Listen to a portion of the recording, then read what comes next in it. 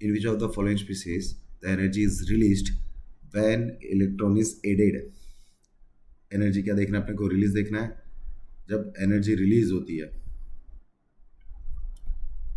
Released, तो उसको हम बोलते हैं एक्सोथर्मिक। क्या बोलते हैं उसको हम? एक्सोथर्मिक। और जब एनर्जी एब्जॉर्ब होती है, वो रिएक्शन हो जाता है मेरा एंडोथर्मिक। हमको पता है यहाँ पे जब एक इलेक्ट्रॉन ऐड होता है, फर्स्ट इलेक्ट्रॉन, तो वहाँ से क्या होती है? एक्सोथर्मिक एनर्जी रिलीज होती है। और जब सेकेंड इलेक्ट्रॉन ऐड होता है, तो वहाँ पे क्या होता है? एंडोथर्मिक। हमको बाहर से एनर्जी देनी पड़ती है। ये ऐसा क्यों होता है? क्योंकि यहाँ पे इलेक्ट्रॉन इलेक्ट्रॉन के बीच में क्या होता है? रिपल्शन बढ़ जाता है।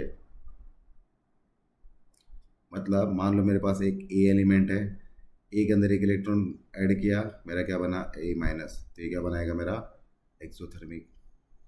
बट जब मैं ए माइनस के अंदर एक इलेक्ट्रॉन ऐड करूँगा, तो ये क्या बनेगा? ए टू माइनस।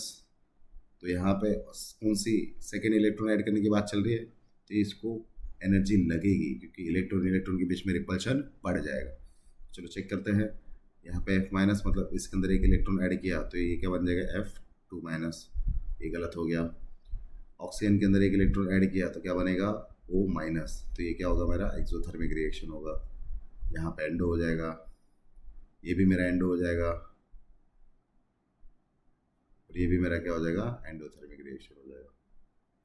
क्योंकि इन सब में हमको क्या लगेगा? एक इलेक्ट्रॉन ऑलरेडी उन्होंने एक्सेप्ट किया हुआ है, और सोडियम के केस में एक इलेक्ट्रॉन डोनेट किया है, तो स्टेबल कॉन्फ़िगरेशन में है सोडियम। तो सोडियम क्या है? स्टेबल कॉन्फ़िगरेशन में। मैं बाहर से इलेक्ट्रॉन दूंगा तो 6-8 इलेक्ट्रॉन ऑलरेडी उसके आउटर मोस्ट शेल में। जब तुम और एक इलेक्ट्रॉन ऐड करने जाओगे ना, तो इलेक्ट्रॉन इलेक्ट्रॉन के बीच में रिपल्शन और होगा। तो जब रिपल्शन होगा तो एनर्जी रिलीज होगी। समझ में आया क्या बोल रहा हूँ यहाँ पे? सो यहाँ पे करेक्ट ऑप्शन क्या है हमारा? B. So B is our correct option. I hope this is clear.